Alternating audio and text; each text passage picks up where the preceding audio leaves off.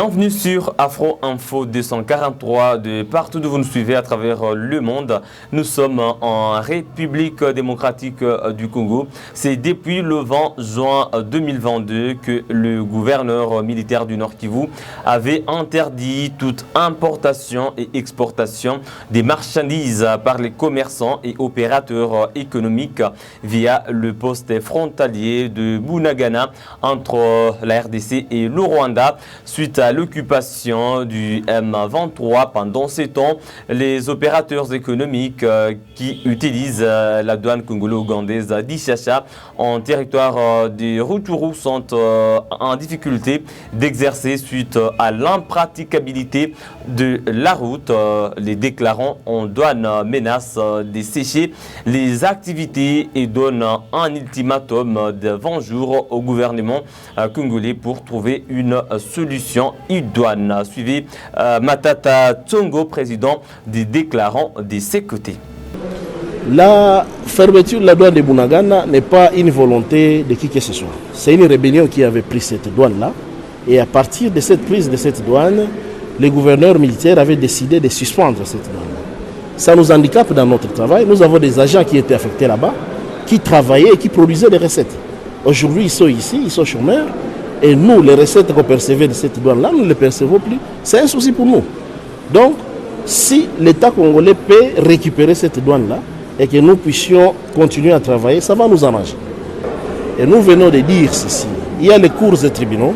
Nous allons commencer à traduire à justice tous ces bandits-là qui se font passer pour des déclarants pendant qu'ils ne sont pas des déclarants en douane. Un déclarant en douane, ce n'est pas un individu, c'est une entreprise.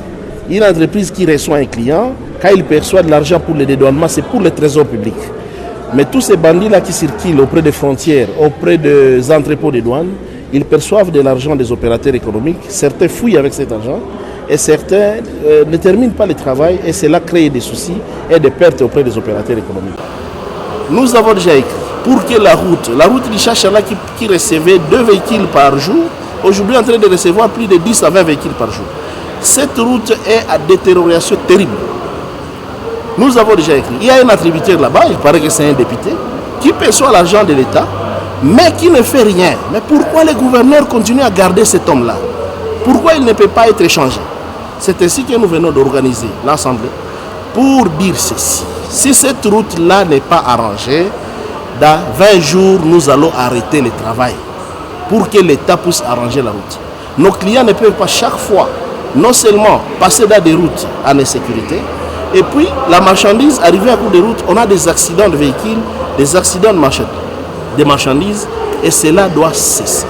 Nous payons les taxes, péage de route, fournaire, c'est beaucoup d'argent que chaque camion libère, que les opérateurs économiques libèrent, mais la route doit être arrangée. Pourquoi cette route n'est pas arrangée? Nous restons en province du Nord Kivu, lancement à Massissi ce vendredi 29 septembre 2022 par le gouverneur militaire du Nord Kivu du programme de développement des 145 territoires à la base. Suivez les détails dans ce reportage de la cellule des communications du gouvernement provincial du Nord Kivu. Relever les défis de la pauvreté dans le milieu rural, lutter contre les inégalités sociales, créer une classe sociale moyenne en RDC, voilà entre autres motivations du programme de développement de 145 territoires à la base dans la République démocratique du Congo. Le Nord Kivu, province pilote dans la matérialisation de cette gigantesque vision du président de la République Félix-Antoine Tshisekedi, lance ce 29 septembre 2022 l'ambitieux PDL 145T depuis le territoire de Massissi dans le groupement Kamuronza via son Excellence lieutenant général Constant Dimakomba, gouverneur de la province. Mon plaisir et ma joie sont d'autant plus immenses que la province du Nord Kivu, toujours pilotée à bien d'égards, est encore aujourd'hui la toute première de la République démocratique du Congo à matérialiser cette vision ambitieuse du chef de l'État qui va impacter la vie socio-économique de la population à la base.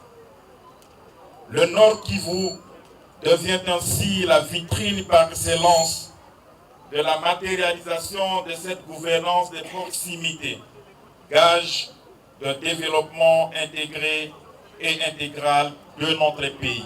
Satisfaction des écoliers sur place qui remercient les autorités congolaises. Merci encore une fois de plus pour la pérennisation de la gratuité de l'enseignement primaire de l'enfant congolais et au centre d'intérêt et qui avantage plus l'élève fille qui a aujourd'hui un grand effectif par rapport aux garçons.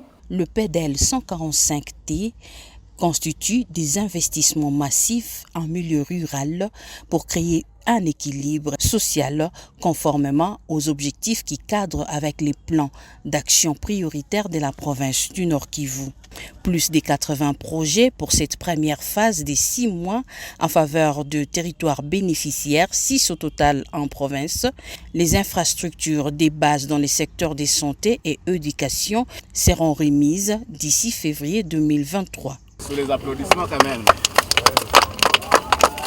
Précisons que d'autres projets, notamment dans le secteur de l'électrification, du développement, de l'autonomisation de la femme et des jeunes, sont repris dans le PDL 145T, notamment dans sa deuxième phase. Et pour clôturer, à Panzi, dans la ville de Bukavu, l'ancien président français François Hollande a condamné les agressions étrangères que subit la République démocratique du Congo, tout en mettant notamment un accent sur la cessation des hostilités.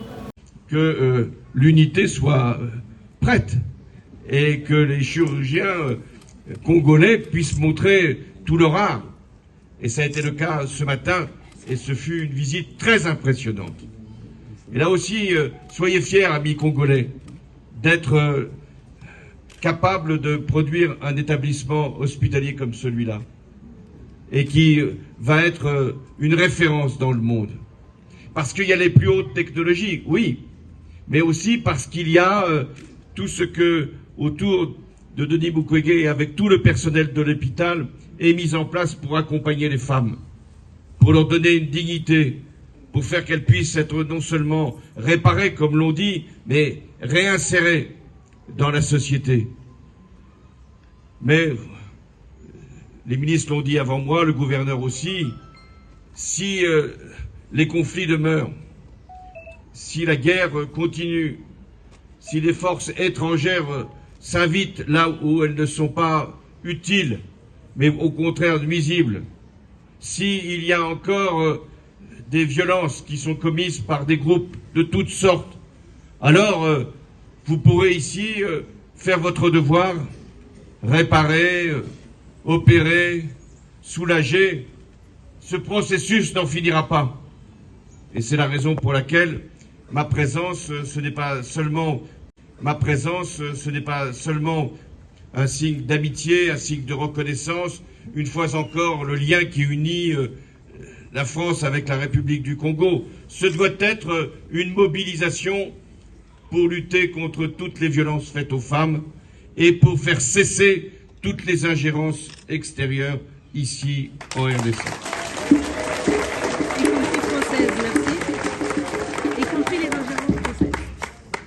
Je veux aussi témoigner que vous avez cette chance ici en RDC d'avoir une personnalité comme Denis Mukwege qui est félicité, admiré même dans le monde entier, mais qui est d'abord